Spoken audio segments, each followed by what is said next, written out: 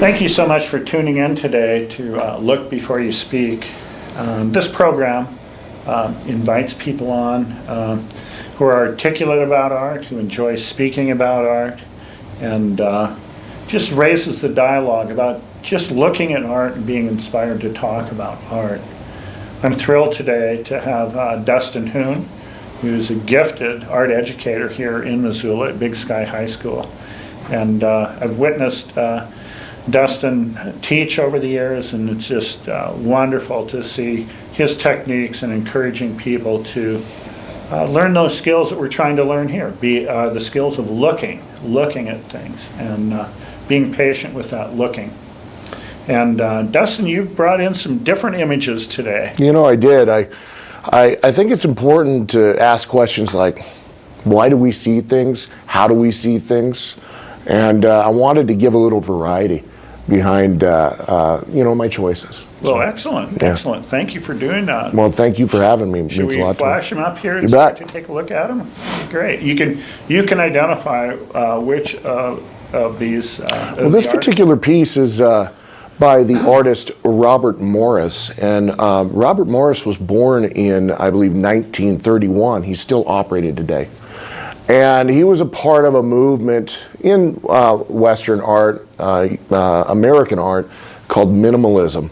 And he moved out of minimalism's rigid object-like structures and stuff and started adopting these shapes. Now, why did I put this image up there? I'm not even certain what the name is. I did get it on feltblogspot.com. That was the access of the image if anyone is watching and is interested in seeing this. And of course, Robert Morris is covered in lots of books.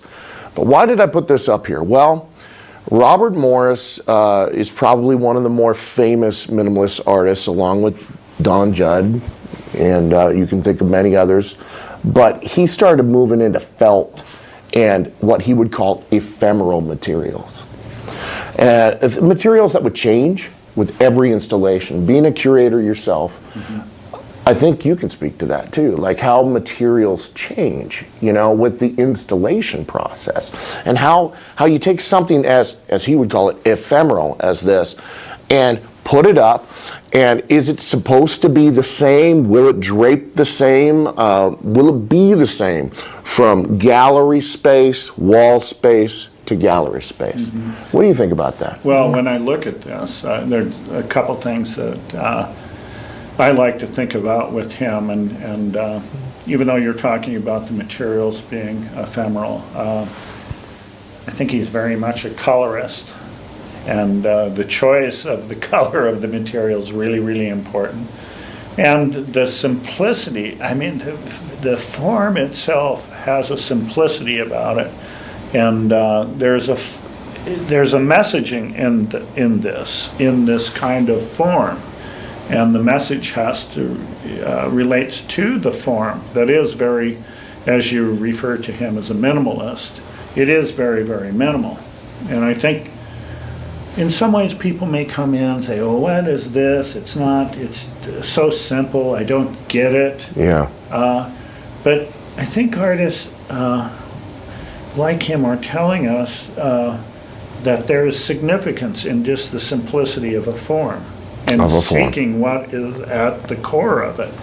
And the simplicity here, and there's nothing in this piece, there's nothing that is too much. He's eliminated anything that would be too much. He certainly has. And you were mentioning colorist.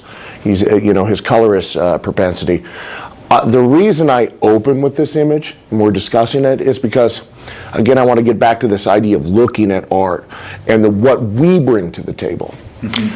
Now, I teach art classes for high school, and I love it. It means a lot to me. You've taught me. We're a part of this community in Missoula, Montana, where art matters, and naturally, when you teach art, you come across a few ideas. And one is, what does the observer bring to the table? Okay. What is the context that it was made in terms of art history? All right. And this is another thing I'm constantly thinking of when I'm talking with kids. And then finally, well, two more. What is it? Is there a narrative? Is there a story being told by the actual image? And then finally, what is it formally? And we've already addressed formal because we're forced to. We're looking at Robert Morris. We're forced to just address form. Yeah. And as he put it, this idea of the ephemeral, it's going to change. Yeah. You're going to move it to another gallery, it's going to change. It's not, he's moving away from the object as solid to process art. And I think he even coined the term, process art. Yeah, yeah. And he certainly, I mean, you can look up, I can't recall the name of his art news piece, but it was in 1966 if you want to learn more about Robert Morris. He's still active today. And I think when I'm telling my students, when I'm opening with something like this, you're going to get that reaction like I used to get when I was a kid with Jackson Pollock. You know, you're going to get that reaction of my little brother can do that. Yeah. You're going to get that reaction from the kids. And so then that gives you an avenue to talk about art history. Yeah. You know, where did this come from? Yeah. Did you just go, boom, Yeah, yeah. Robert Morris? You know, no, it came from a discipline. It came from a history. And it's building and responding and reacting to that history. Yeah, I'm really glad you brought that up because I think instead of us looking at art in ways that we say, this is the kind of art that I like. You know, many people come up with that, you know, I like this. And in some ways, I just beg people to set that aside and just look and realize that there's lots of different kinds of art. And just wrap your mind around the fact that you can like many different kinds of art all at the same time. And, you know, it's like literature. You know, Or music. Or music. Genres. Poem and short story, novel. And sometimes people sell themselves short when they limit themselves and say, this is the only kind of art I like. Yeah. So anyway, let's That's why I like to open up with that. Okay. But we should probably move on. What do you say? let's look at another piece. Wow. Now, I brought this up because Morris is famous for talking about the non-objectivity of the work. Again, the ephemeral, it changes and stuff. And we're bringing it down to brass tacks, people. It is felt, and I've folded it. Now, Robert Morris is also known for his process art and dance. And I think you can see dance in this. Do you know what I'm saying, man? Yeah. I mean, I think there's dance in this, but you know what else? I can't help it, Steve. I'm drawn to narrative. Now, he may not like it. Yeah. Donald Judd might not like it. Those guys might not like it. But I'm always, as a human, looking for pattern and narrative. Story. Yeah. This is vulva-like. Yeah. The female genitalia. Yeah. I mean, I can't help it. Yeah. I mean, it's hard. Well, I think formally there's references to all human body parts and you know, when I look at that, I think it does reference that, but it also creates a rhythm and a patterning, and it's referencing a lot of things in art history that are emotional, the strength of the form, and you know, the sculptural aspect of it. It's really. And I see dance in here. I'm going to return to that notion. In the form, in the curvature, if I'm going to look at this formally like I assume the artist wants me to, I'm going to move over every surface. I'm going to divorce myself from the notion of there has to be a story behind it. I have to look at it and think of a vulva. No, I don't. I can move through it and actually think of the materials like the color field painters wanted me to do with their paintings. I don't know. But the fact is, I'm going to move into this idea of what do I bring when I look at art. I have no choice but to bring a desire for narrative. Yeah. I need it. Yeah. That's great. I need to read. I need comic books. I need something, a story in the visual art. And as we've just demonstrated, I look at that Robert Morris, and I want to tell a story about it. Yeah, yeah. It's hard for me to break it into gestalt, as he would call it, the rudimentary forms that exist in all life. You know, it's very And that's probably plutonic. his conversation about it would be purely in those terms. That's right. So- And it's so hard for me, but I need to do it. It's challenging. It's good for me. Yeah. Because it's going to be good for my kids, he's too. leaving that up to your interpretation, too. And he's probably leaving that open-ended, so. Let's look at another image, because I know you brought in several. You know, yeah. You know, growing up with young parents, I was very fortunate. You know, they brought me to Montana, Whitefish, Montana, when I was less than 1 year old. I was born in Dayton, Washington, and they're young parents, and they had music, man. Yeah. You know? And so, back in the 70s, early 80s, music albums and album covers mattered Yeah, to my development as a person. And I've been making art, thinking about art since at least 5, you know, and this is why. yeah, Captain Fantastic and the Brown Dirt Cowboy. yeah. Now, is this, I mean, do I like Elton John? Not necessarily, but by God, I like that album cover. And I did when I was 5 years old. Yeah. There was I could sit down and look at that album cover. I don't know. I wasn't like, didn't have a watch, couldn't tell time, but it seemed like forever. You know what? I mean, have you ever had similar experiences with an album cover? Sure. This is a pretty iconic image, and do you know who did this? Oh, yeah. Who the artist was? I did. Yeah. The name escapes me. He's a British artist. Okay. He just died February 17th this year. Oh, okay. Or February something, 2017. Okay. I can't recall his name off the top of my head, but You know, he did a this- whole series during the 60s and 70s, including Beatles covers. What I really like about you bringing this in is the fact that, you know, the last image you showed is a museum piece. Mm-hmm. And then this image you bring in is democratic in the way that it's out there in, Yeah, it's got a you know, price all tag of on the it. stores. It has a price tag Yeah. on it, and Yeah, you know, mass marketed. they're really not selling the album cover. They're selling the music, Mm-hmm. and you get a fringe benefit of Totally. the artwork, and so it's almost free in many ways when you think about it, and it's so unlike museum work or gallery work, and all of a sudden we have this, and we're saving it. There's something special inside of it. It's an envelope, and I think it also goes to the messaging that art is everywhere.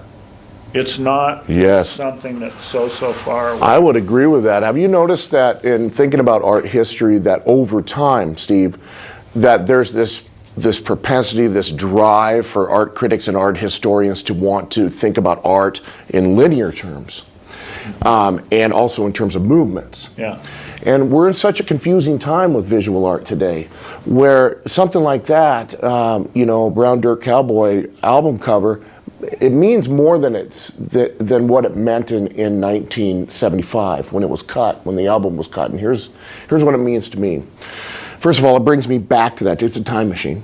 It brings me back to when I was 5 years old looking at that album cover. And it also points to the mass consumerism that's going on today that we don't even think of with cell phones that are in my pocket right now, Yeah. that I look at. I could get any image I want. And when I went to look up that artist's name, it was on Google. You know, I read it for 3 seconds, and now it's out of my mind. So what does that say? So what does that say? I mean, it really says something about how we process information, how people see art now, and how we consume things. And it's eye candy in many ways. Have you shown that image to your students? No, but I'm going to. Very excited to. This is the catalyst. This is the impetus for me to have a little discussion with I them. love the fact that you're mixing up so many different images, and also that's one thing I think that in definitely the 60s and 70s there was kind of the struggle about the narrative, about the story and about, Well, coming out of formalism. yeah, I and mean, also saying to artists As a that was rejection. crutch. Yeah. It's a crutch. Remove yourself from it. Yeah, exactly. So the postmodernists are saying, well, I'll show you, remove yourself from it. And I mean, they really remove themselves from Well, it. There's, you know, I don't know. I think all of it exists all at the same time now, and it's okay. and accessible at all the same time. Yeah. Instantaneously. Yeah. Well, let's look at another image. Boy, you brought in some pretty. Some humdingers. Whoa! That's the other side. There's old Elton John. I think that the Brown Dirt Cowboy album is dedicated, it's like we talk about narrative. It's a historical story of himself and his writer. They were partners. Yeah. And there's himself and there's a symbolic person in the globe. Now, Steve, I think that you can tell me what you think this particular piece was inspired by from the Northern Renaissance. Well, it has a reference to Hieronymus Bosch. It does, yeah. And That's what I was also, thinking. I think during this particular time was kind of the peak of Salvador Dali's influence and popularity. And he, of course, was, it might have been the commercial height of surrealism. What, in the early 70s? I would say so. Yeah. Just Escher and mass production of books, too, of these people so that the everyday layman could have access. Now, and it should be said, since you brought that up, Steve, that it's interesting. Yeah. That people had an appetite for it. Yeah. And they still do. Yeah. Despite what Clement Greenberg might say about kitsch, okay? Yeah.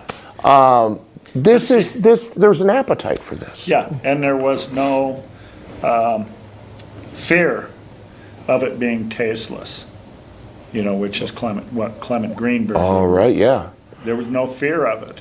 Because they're moving also, this is the Vietnam War era and protest movement. We're talking about an epic period of division and polarization in the United States of America at the time. And I think that the art, that carefree, surrealistic, and then moving back to the symbolists themselves, Sure. it mattered to young people. Well, I think another related, and maybe we should just temper this before we move on to the next, but there was a lot of drug use that related to the psychedelic art of its day, so that probably fed into it a bit as well. So. You could, as I did when I was 5, 6, 7, you can look at this for hours. Yeah. And I suspect that when you add, a substance to that, that might make it more interesting. Yeah, well, you better not at 5. Let's look at another image. Oh dear. Yeah, I tell you, So you brought these images in just primarily because you enjoy talking about them, not because it's like your top 10 hits. No. Yeah. Okay. No, I'm glad you clarified that. I brought them in because I was thinking, you know what? I just love talking about art. Yeah. And then I break it down. And What is it and how do I speak about it? That's why this show is so important. And I'm glad and I'm honored to be on it. Yeah. I'm really happy to be here with you talking about art. Okay. Art that I like, Yeah. that I hope you like too. Oh, I'm enjoying this. Do we have another image there? Okay. Yeah, you move back in time a little bit in the 20th century, and particularly in Europe, and you're going to find an artist by the name of Franz von Stuck. And this image is this iconic image, and I'm talking about icons, is the story, again, narrative, it's telling a story, is the story of Judith and Holofernes. And this is a biblical tale. The Catholicism views this as actually canonical. It's a part of the New Testament or the Old Testament canon, and Protestant Christians view it as apocryphal, the story. Yeah. But you'll find this image or some kind of a modified version of this image throughout the Renaissance, all the way through the modern period. And in fact, images like this, the femme fatale is what they would call this on the continent. Yeah. The femme fatale image. It's a theme. It's thematic. Yeah, they're going back in time and talking about the widow Holofernes. I don't need to necessarily go through the story. I want you to look at the picture, look at what's happening. There's so much going on here. And once we talk about the narrative, we can talk about the formal aspect. Yeah. Well, I just want to reference a couple things in the story. And she shows up to meet him, obviously, and she's scantily clad. And smelling good, too. And probably smelling perfumes. Smelling good. And she gets him really drunk. Yes, she does. And then she cuts his head off. He was the favorite general of the Assyrian king Nebuchadnezzar. And she was a widow. And some people have observed that it's about virtue over vice also. Yeah. And also empowerment. And it certainly lent itself into that symbolist movement of the late 19th century and early 20th century. Yeah. Why am I bringing these symbolists in here, Steve? Because they have narrative. They have stories. And I'm drawn to it personally. Yeah. I don't know. Maybe it's my Norwegian Viking roots. I want to tell a tale with some, with some mead. I don't know what it is. But I have to have a story. And those symbolists, they do such a great job of it. Yeah. Well, and I think it brings to light the fact that, I think many times people think of the Bible as being a completely positive document, but there's so much violence and sexuality and humanity. That was just that is in the Bible, and they're difficult issues. So when artists are inspired to create these images to also tell the story in a visual way, you cannot discount the fact that for most of our human history, the majority of people were not literate. Yeah. So the visual arts created this way of telling a story, as shocking as it may be, just like this story. Through illuminated manuscripts and stained glass in the cathedral. Exactly. All these ways to tell the illiterate the story, the narrative, the mythology. Yeah. And it's so wonderful. Yeah. Especially, now let's talk formal. This is a beautiful painting. It's got this wonderful vertical format to it. It's a very, in terms of pictorial space. He's laid out in foreshortening. She's very tall. Look at her. And there's that suggested movement of the sword that breaks free from the picture plane. Then you've got that wonderful V, the sacred feminine down there. And it's so soft, yet there's the pigments are like jewels if you actually get up and look at the surface. Yeah. Beautiful painting. Beautiful painting. Beautiful painting. Cool. Thanks for bringing that in. Let's look at another one. Moving along the lines of symbolists, this is Gustave Moreau, famous symbolist operating in the late 19th century. This particular piece right here is approximately 140 years old. And why do I say it like that? You look at artwork in books and stuff. I actually photographed this out of one of my books on symbolism, published by Taschen. And I did the best job I could. There's a little flashing on the top of the picture. But, 140 years. Why did I say that and not just the date of 1876 or 7? Well, because oftentimes we don't think about the context of which it was made. And this is really operating at the same time, right before, or right around the same time that the French is moving away, the French painter is moving away from objectivity and representationalism in a way that's different with Impressionism. We're talking about the 1870s. Mm-hmm. The first show, I think, was 1878 or something like that.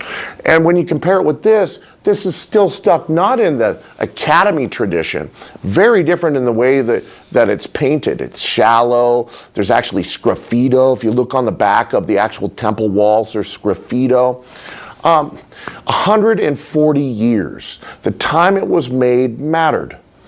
The fact that they were talking about ancient themes, if you haven't figured out which theme this is a biblical theme, but it's New Testament. And we're talking about the beheading of St. John the Baptist. And at the bequest of Siloam. And you've heard that story. Yeah. I mean, and so are these stories being told now this way, visually? Yeah. Not so much, I don't think. Not so much, I don't think. Yeah. They're told different ways. They're told with literature or movies or what have you. Although I will say that a lot of people have written about this particular work through history. And I think it continues to be a popular theme, and especially the feminists. So. Oh, yeah. That idea of the femme fatale, Yeah. and whether or not that was a patriarchal system getting its rocks off, so to speak, Yeah. or if that was one of the earliest forms of recognizing the woman as an entity equal with man. Sure. That's a debatable subject. Yeah. So I think what you're saying is interesting. I love that period of time in Western art. I think we have time for one more image, and Right on. Okay. Jan van Eyck. Okay. You didn't bring a Northern Europe. Yes, I did. Yes, I did. My ancestors are from that area. Yes, yes. But Jan van Eyck, I mean, 15th century, late 15th century, 1400s in other words. And this is the Annunciation.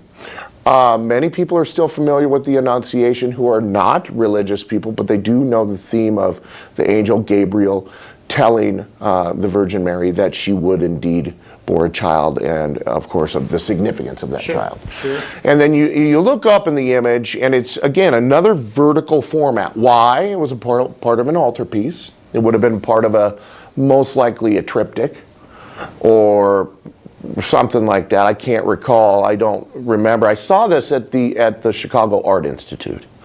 And it's always stuck with me ever since then, 1997. And actually, when you see a Van Eyck in person, it's the surfaces are gorgeous. The surface of the paintings are luminescent. Oh man! How about the use of that oil paint in glaze is extraordinary. Yeah, and also what's going on here is a really refined palette. And there's your eye just bounces around in here and leads you throughout the composition. It's just wonderful. These are timeless. This is a timeless piece, you know. It's great. Even though I'm not sure that, you know, in our day, there's so much going on. There's narratives. There's at any given time, you can have what's going on too, and, at your fingertips. There's human spirituality. Artists have never stopped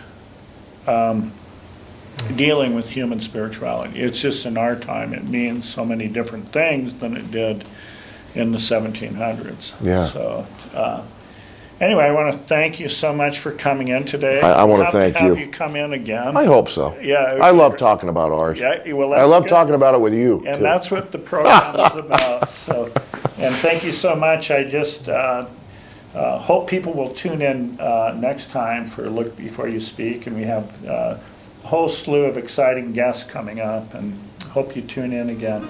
Thank you so much for tuning in.